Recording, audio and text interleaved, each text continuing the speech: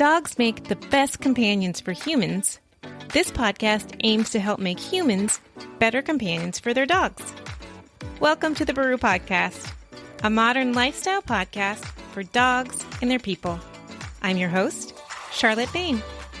I've been caring for other people's dogs for more than 15 years. And while I've learned a lot in my career, I definitely don't know it all.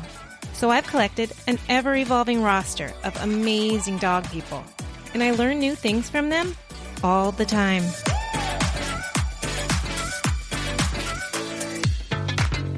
Hi, you guys. Thanks for joining me for this episode of the Baru Podcast. In today's chat, I'm joined by Michael Shikashio. Michael is a world-renowned aggression expert. He's a certified behavior consultant and the host of the popular podcast show, The Bitey End of the Dog, where he chats with the foremost experts on dog aggression. And I am so incredibly grateful that he took the time out of his busy schedule to chat with me. We chat about what aggression looks like in our dogs, the best ways we can help our dogs that exhibit aggressive behavior, and how we can have a little compassion and empathy for dogs with aggressive tendencies, as well as for the human companions that care for them. So let's jump into the chat. Thanks so much for taking time out of your super busy schedule. Oh, it's my pleasure. I wanted to talk to you, obviously, about your niche, aggression, because I feel like if we kind of clear the air on what aggression is in dogs, what the behavior is in dogs, and kind of clear some of the misinformation around it, we can help have more empathy and compassion for dogs who exhibit aggressive behavior, as well as the owners who might be struggling with a dog who's exhibiting aggressive behavior, right? Perfect. First, let's jump into how this became your niche, how you began working with aggressive dogs. Was there a particular dog that you were working with that came across your path that kind of inspired this, or was it a journey for you? Yeah, it was kind of a little bit of everything you were just mentioning there. So it was, one of my dogs, my first dogs, was this little dog named Izzy, and she was absolutely terrible with people and other dogs. And, I was already training at the time, but she really honed my skills to learn how to live with an aggressive dog, or a dog that first day that she was brought home, ran over to my lab and latched onto her ear and wouldn't let go. As a 12-week-old puppy. So quite shocking to see. It can happen in puppies, but it was certainly shocking to see that. So and I was a dog trainer at the time, but it definitely started to get me more interested in behavior. But really, it all came about from rescuing a lot of dogs, fostering dogs, working with shelters and rescues, and finding that, many of these dogs were getting surrendered or returned to rescues or given up to rescues or shelters because of behavior issues. And I thought, what better way for me to help more dogs is to learn about behavior, especially the aggression stuff. And start on a micro level with some local clients and rescue and some foster homes, and it started to grow into a bigger training business to kind of where it is now, where I'm working with other trainers and helping them help their clients with their dogs that might be experiencing aggression issues. And how would you, well, that's great. You do such amazing work, and I really appreciate you being here on the podcast today. My first really basic question is how do you define aggression in a dog? I mean, what does that look like? Because I had Arit on as my first guest, Arit Bloom, and we briefly talked about reactivity versus aggression. I have, most of my clients will just say, oh, my dog is aggressive versus my dog is displaying reactivity behaviors or aggressive behaviors towards, dogs on leash or something along that line. So how do you define aggression in dogs? Yeah, it's such a great question because it's very misunderstood, and there's lots of misconceptions around aggression in dogs, or aggression really in any animals or humans even. It gets misunderstood a lot. So true. Mm-hmm. It's for me, I define it's just behavior. And the reason I say that is because it's important to differentiate between, assigning a personality trait or a label to somebody or a dog as Right. aggressive, because there's no animal on the planet, including humans, that's aggressive all the time. So it would be kind of Right. unfair to label a person as aggressive or a dog as aggressive. So it's the behaviors that either we as humans or dogs use to make something threatening or scary go away, basically to protect ourselves or protect our resources. And humans do it all the time, right? We do things that might be deemed aggressive by somebody else, but it's the Sure. behavior. It's the behavior we're using, and so that's really important because once we start. If we go down that kind of slippery slope of labeling dogs as aggressive, then they're kind of always stuck with that label. And it's not very fair to them when sometimes it's very, very, very understandable why they're doing what they're doing, So growling at somebody that they're scared of or get startled by, or that's approaching their resources or something they value. But again, very, very normal survival type of behavior that it's often very explainable. So that's how I define aggression. It's behavior used to make a threatening or scary thing go away, or the dog's looking to increase distance from it. And again, people do the same. So We do the same. Yes. So is it mostly, it's fear-based then, right? A lot of times it is, yes. So most of the time it is the dog is scared of something or finds it threatening. It may not always be fear-based. It may be that the dog is just trying to keep access to a resource. So, for instance, when the pandemic first started, everybody was scrambling for like toilet paper and hand sanitizer. We wouldn't necessarily be scared of somebody like reaching into our shopping basket and trying to take one of the rolls of toilet paper out of our basket. We might get a little bit more upset, but we might also use aggression to keep access to that resource. So you might say, hey, that's my toilet paper. Hey, slap their hand away, all the way on up to throwing punches, which is the same when dogs do this, are guarding something they value. So if it's their food and maybe they haven't had food in a while and they growl at somebody or even air snap, that's the equivalent of us just saying, hey, or, throwing a punch, and it's exactly the same. So it's not always fear, but it's in the vast majority of cases, it is fear. The dog is simply just scared of something or finds it threatening. And the other cases are when the dog's trying to protect something of value, like people or property or food or toys, resting spots, that kind of thing. There is one other distinction I should make, and that's predation, or when dogs kind of chase and go after critters, dogs that maybe have chased and killed a little critter, or squirrel or something like that. That is, it may seem very aggressive to the animal that the dog is chasing, but it's actually a different mechanism in play. So it's not fear or protection of resources. It's actually the dog's trying to decrease distance and acquire a resource. So actually don't put predation into the same category. So dogs that are trying to actually chase down and kill something and eat it, they don't always eat it, but it's just that predatory pattern that we might see. So what if it's a person? Like, what if they're trying to chase down and attack a person? Is that the same thing? Or is that? It depends on, sometimes you see dogs do that. Just rare, but yeah. It's very rare, yes. Yeah. And it's sometimes you see dogs that when they are fearful, because it sounds counterintuitive, right? Like, why would the dog decrease distance when they're fearful of something? Right. But when you think about it for just a moment, the end goal is to make that person go away or move away. And so they have to decrease distance for just a moment to chase that person, to say, hey, get out of here, get off my property, or I'm scared of you, I don't like you, so move away from me. So most of the time fear is actually driving the behavior, but there are some very rare cases where the dog will chase the person in a predatory way, but that's so over-diagnosed. I think it's very uncommon to actually see that's the true motivation. Most of the time it's just like, get away from my property, get away from my person, I'm scared of you, I don't want you near me, stop touching me, that kind of that's the reason for the dogs to do that. Yeah.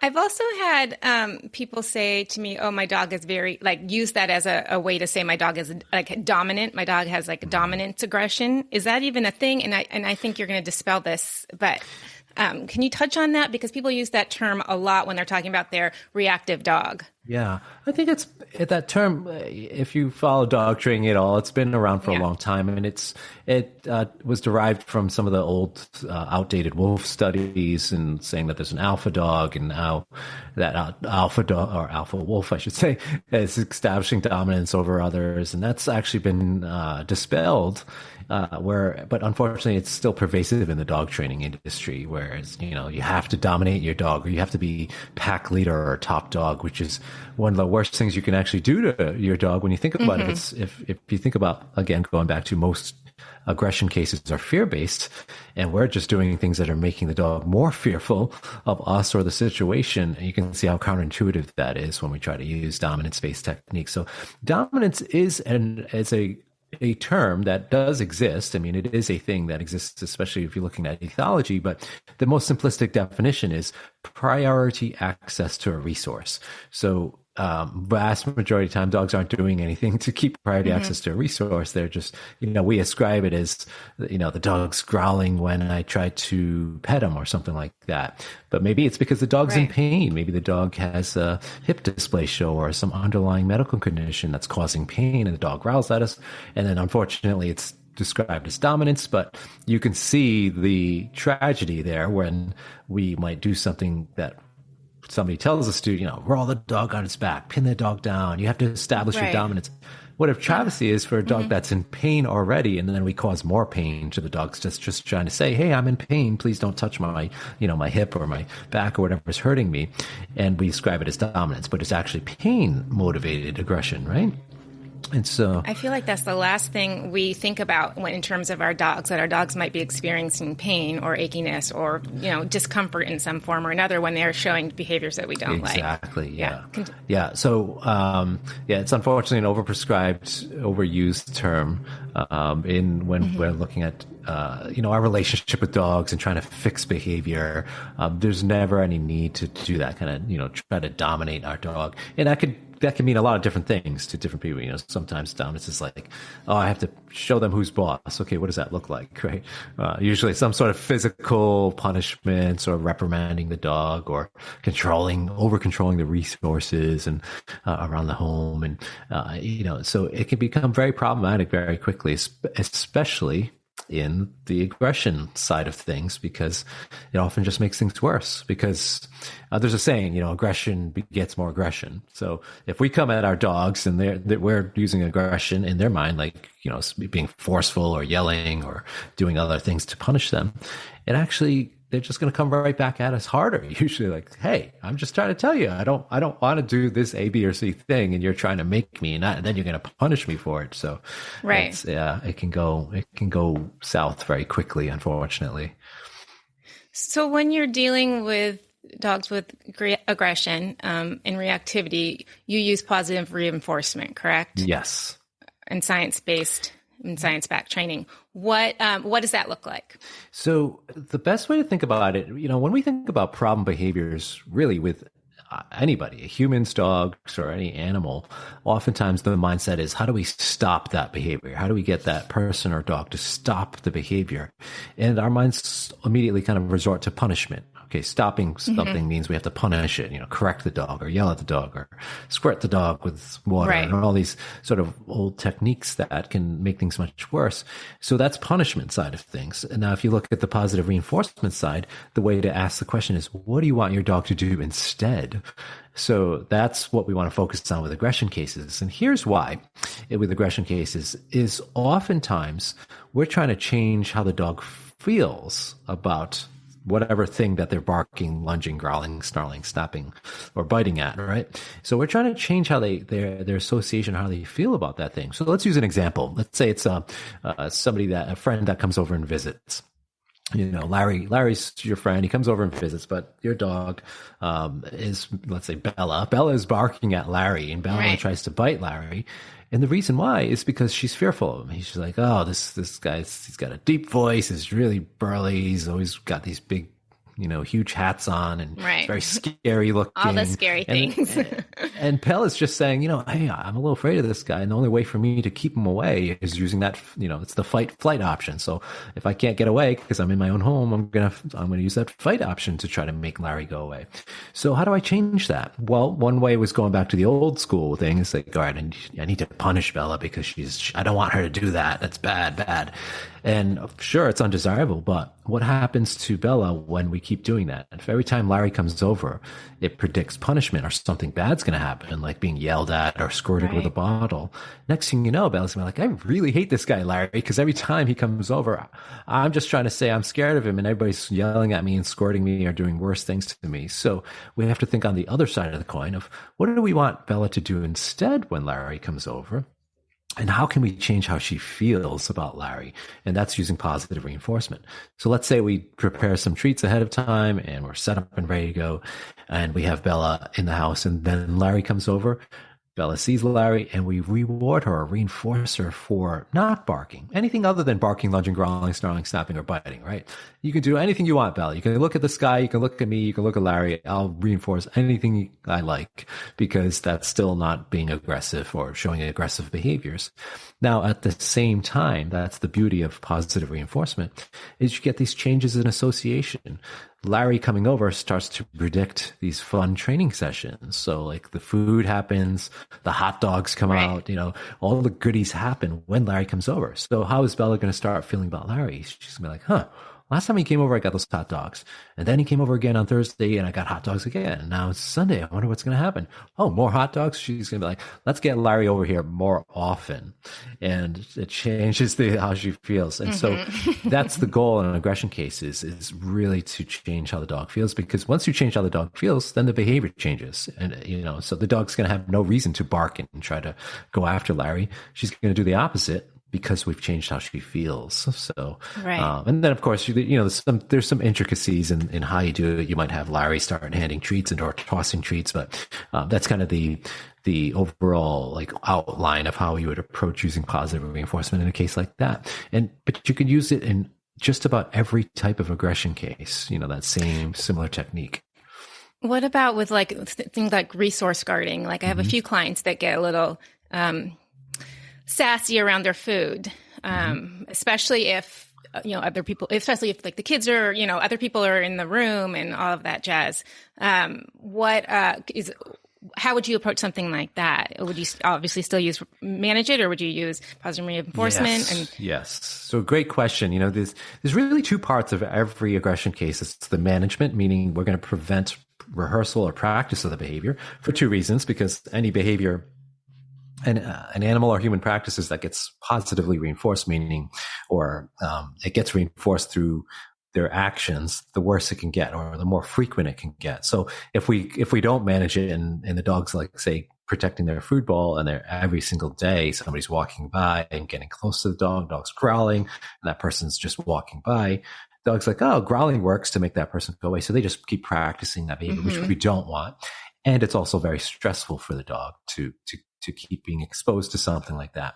So we manage it in the time being. So we'll say, let's feed the dog separately for now, but we still want to fix the issue. So the other side of the coin is always that behavior change strategy piece, or the training that's involved.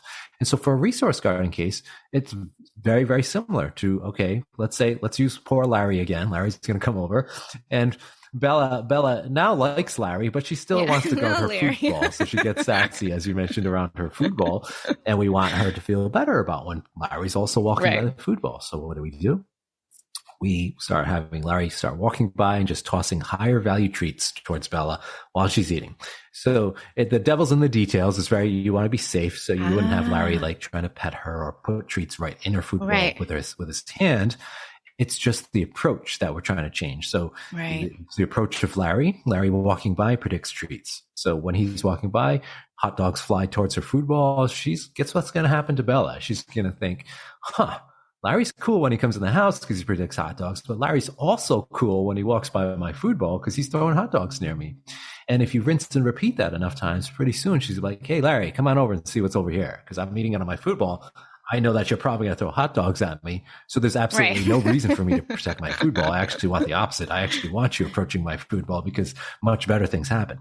So, the devil is in the details. You want to use higher value items than what the dog is eating. You want to make sure the dog is comfortable at all times. You want to make sure that you're doing things safely, having some safety layers in place and all those things. But that's the general idea of it, is that it's all about changing how the dog feels about the particular stimulus or the thing that's triggering their behavior in the first place.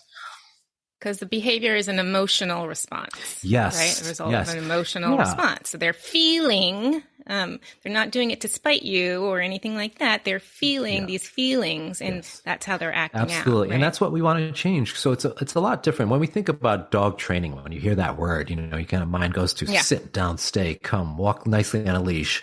That's the typical sort of dog training mind where our mind goes to that, right? But when it comes to behavior change, such as, well, training is technically behavior change as well, but behavior modification strategies, when it comes to like aggression or anxiety issues, it's all about changing those underlying emotions.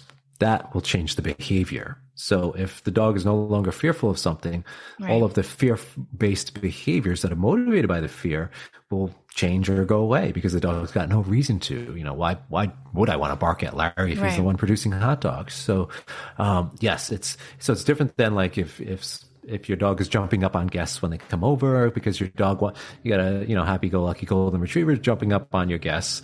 That is not motivated by fear. That's motivated by happiness. The dog wants to go see, get that attention. So there isn't a lot of underlying emotions we need to change. Not that we would want to change that anyways. You got a happy dog? Great.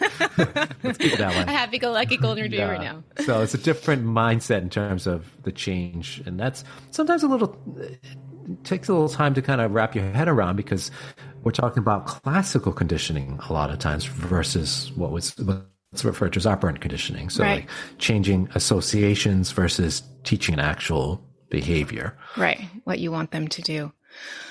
Yes. Is aggression more of a learned behavior, or as you mentioned in the very beginning that it's rare, but some puppies as young as, 12 weeks can show aggressive tendencies. So is it more like in their DNA, or is it more of or is it half and half? I don't know how it works. Yeah, that's that $1 million nature nurture question, right? Yeah.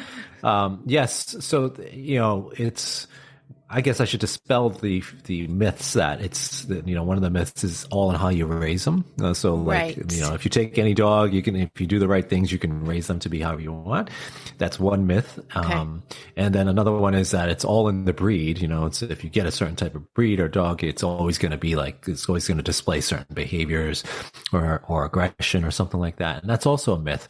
It's somewhere in that gray area in between, I would love to be able to put a percentage on it, but it's definitely all based on the dog. Yes, genetics matter, but learning and environment also matter. So, if you get a 12-week-old puppy and it's displaying aggression towards, let's say, people, do we know if it's genetic or do we know if it's learned?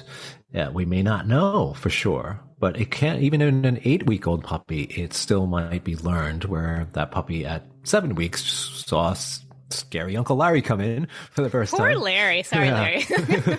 And the puppy barks and lunges at Larry. Next thing you know, that worked for the puppy. So that's learned behavior if Larry goes away.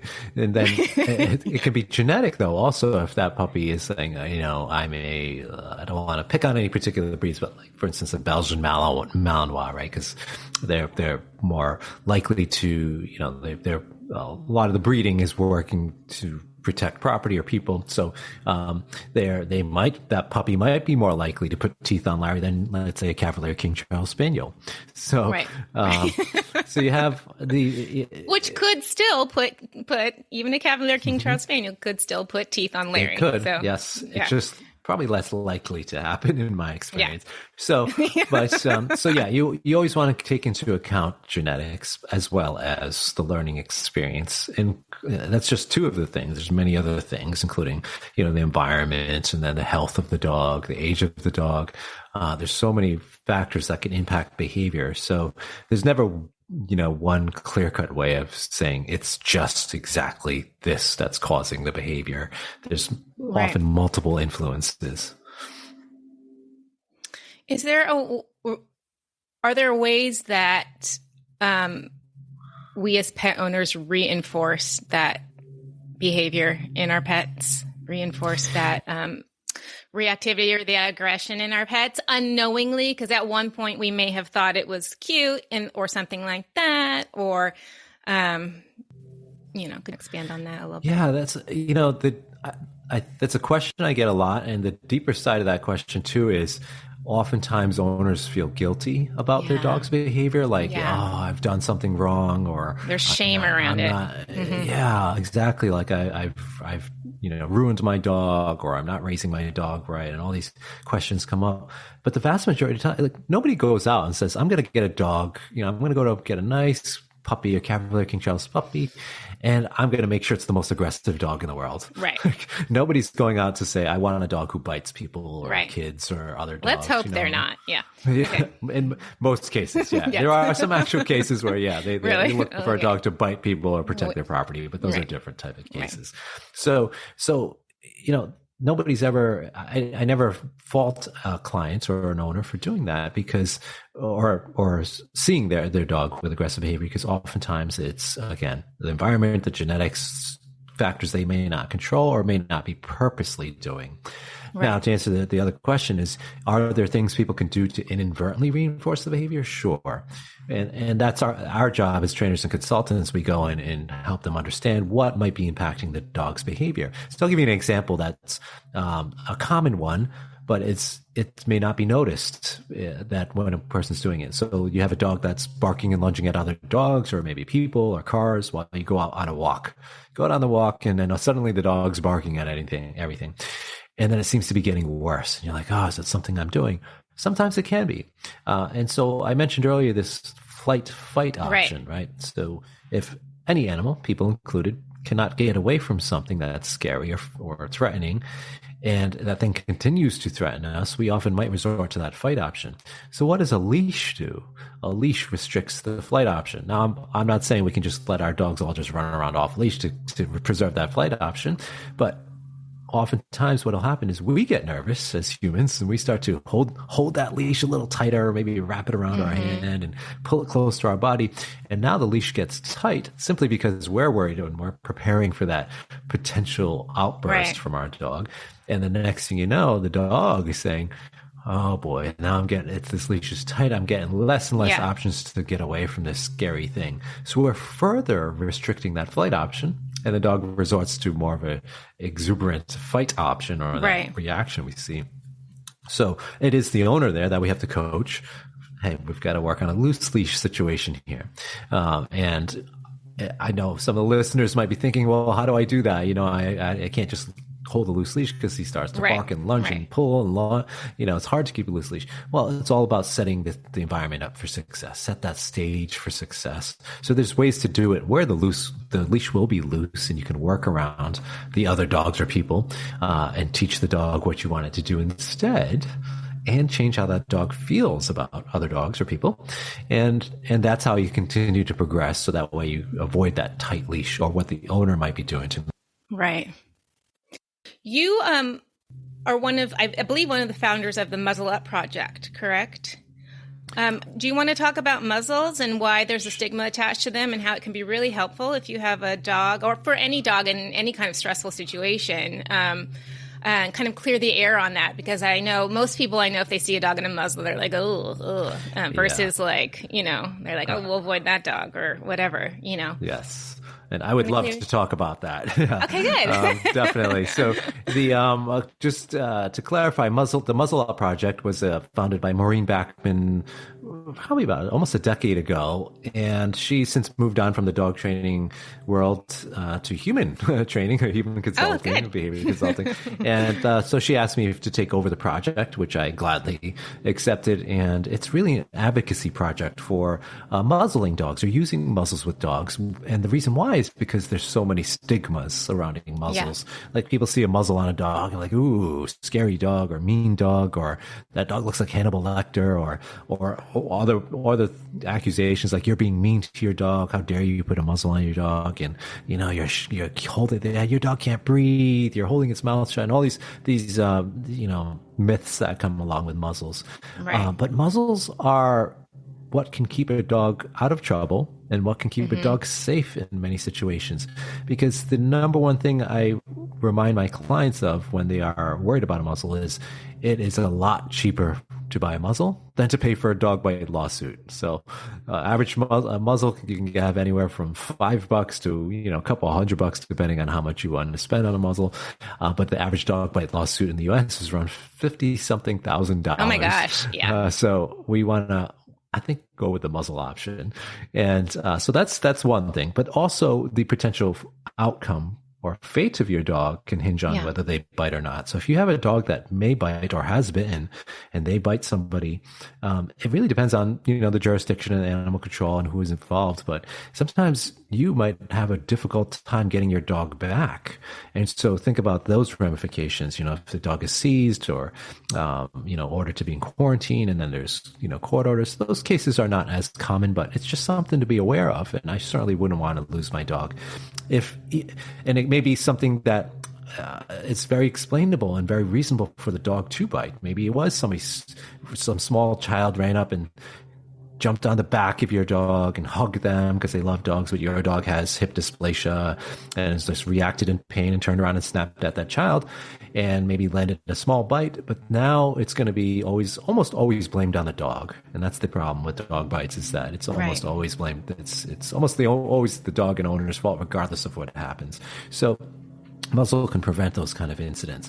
So the key to muzzles is that when properly acclimated and fit, the dog can wear it like anything else they have when they're out and about or at home, like a collar or harness or anything else that they're very comfortable wearing, as long as we acclimate it correctly. So there is a process that you want to follow to make sure that the dog is comfortable. You pair it with food. You get lots of take your time, where you're not just putting the muzzle on the dog and leaving it on all day. It's like you might, for the first time, might have it on for 10 seconds and then you take it off.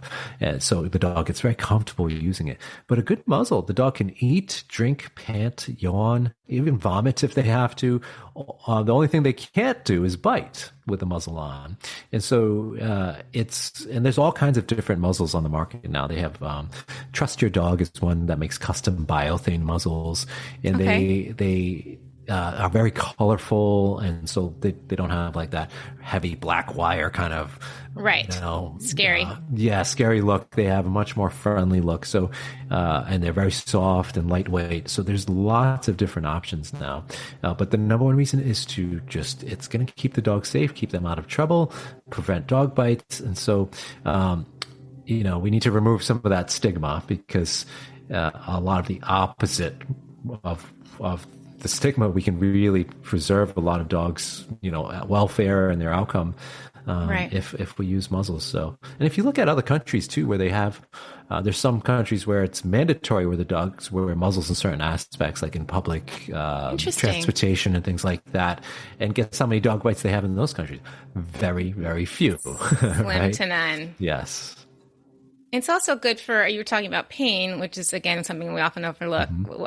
When, if your dog hurts themselves and you have to take them to the vet or something like that, it guarantees they're not going to, hurt themselves more, or hurt you, or I've had a dog who hurt themselves and bit me because they were in that panicked mode when I was trying to help him. So, and he's never done anything like that before, but pain and panic can really make you do things, people and dogs, things that they don't normally do. So because you never know. I mean, you never know. You can have these emergencies, or a dog get injured, or something can happen. And I've, just like you, I've had clients where, past therapy dog or service dog that got injured and bit somebody, and you would never expect that from a service dog in most cases, but injuries or pain can really change how anybody feels about somebody doing something worse to that pain. So it's a good idea to have. Just like, like the same topic when it comes to like crate training. Crate training is, it's controversial, right? And in some countries it's not even allowed. But there are instances, like, think about, again, going back to injuries or emergency situations or travel or overnight stays at the vet's office. I'd much rather have my dog say, "Oh, I've been in one of these before and I'm super comfortable because my guardian helped me get used to this. It's no threat. I'm not going to be trapped in here, not going to be confined, but I'm comfortable being in a crate because I've gotten used to it." So same thing for muzzles. If you take the time just a couple of weeks of acclimating the dog to a muzzle.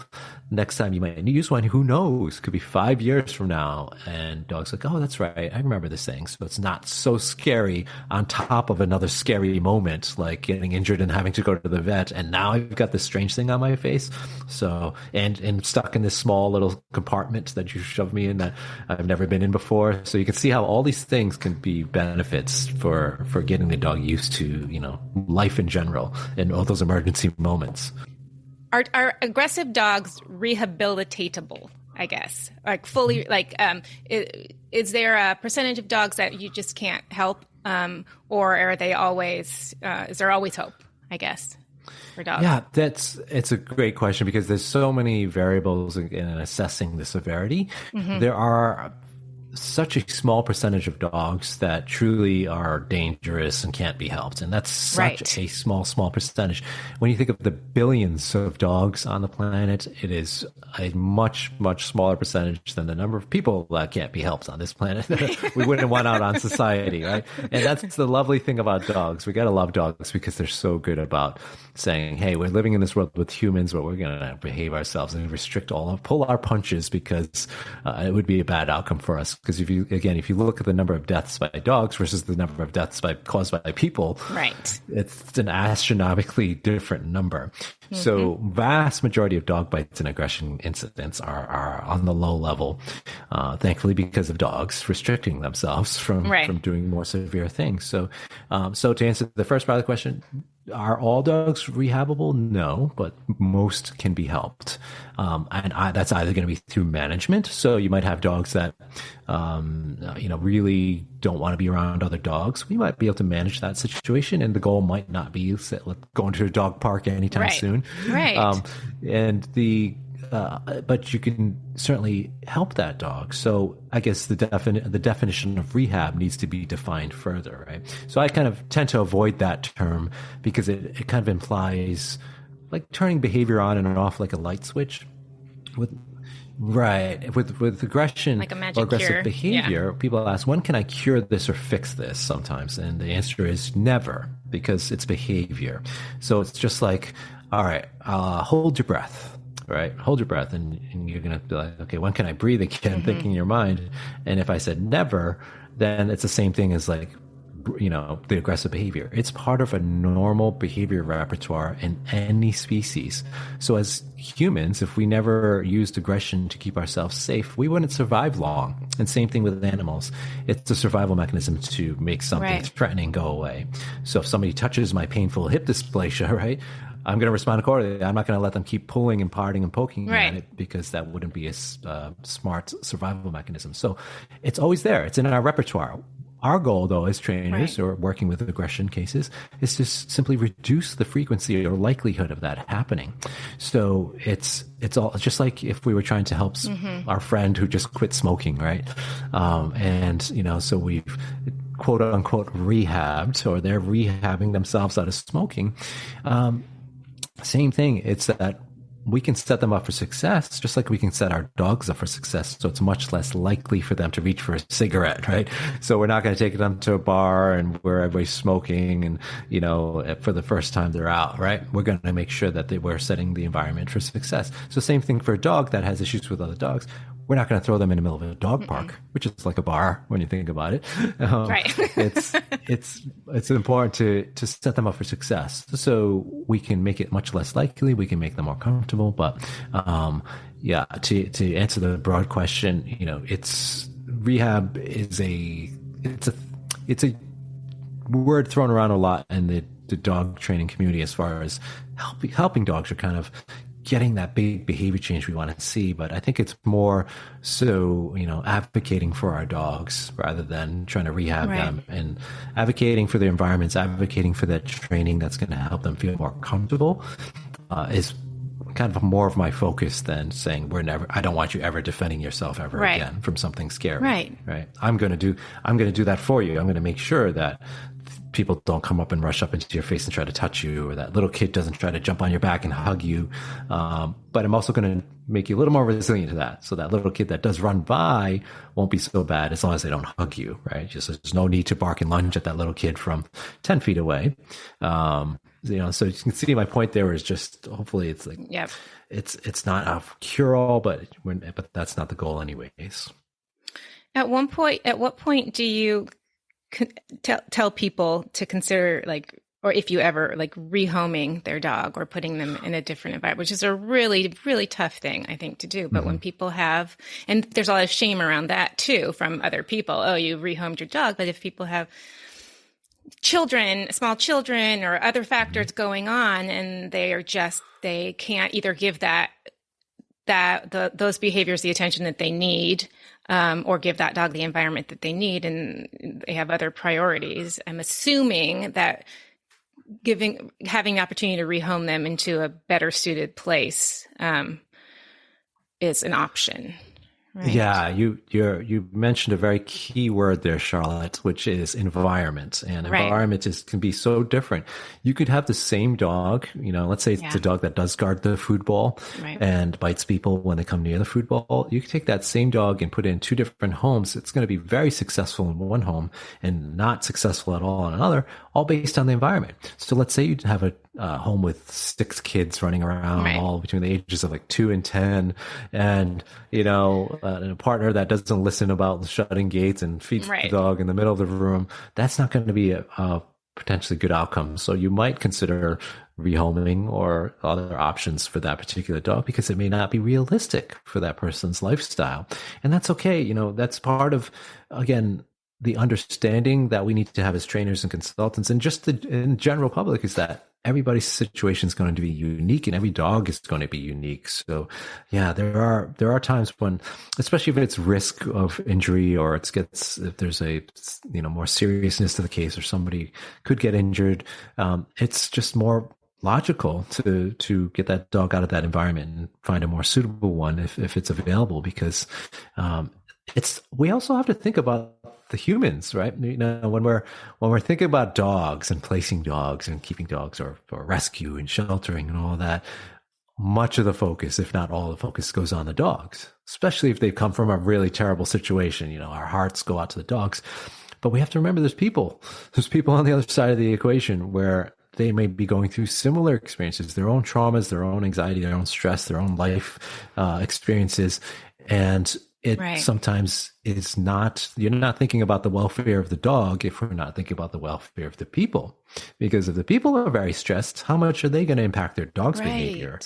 Or sometimes worse, neglect, or they're taking their stress out on their dogs. So we always want to look at that. And so I would never subject a client to saying, you got to keep this dog because you're an awful person if you don't, you terrible, terrible person.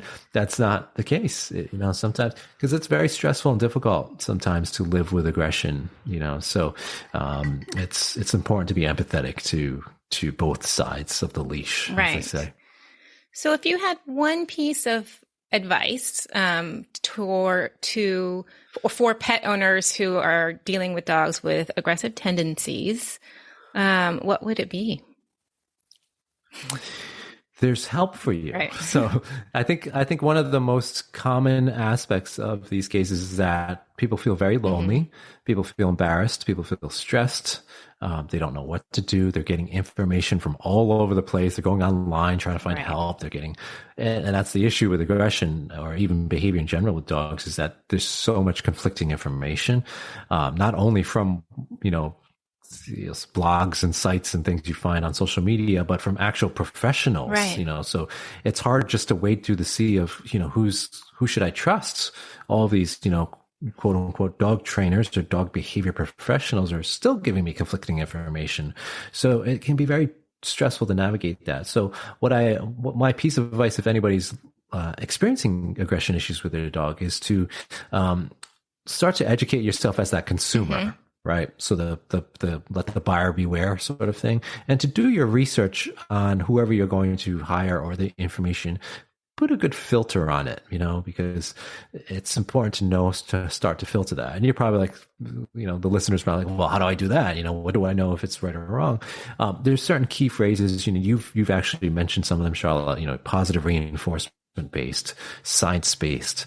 Those are some of the key terms we might look for. Veterinarians, certainly the veterinary industry, the board-certified veterinary behaviorists, American Veterinary Society of Animal Behavior, or AVSAB, the IAABC, or the International Association of Animal Behavior Consultants. All these organizations have directories and referrals and all kinds of ways of starting to get that right information.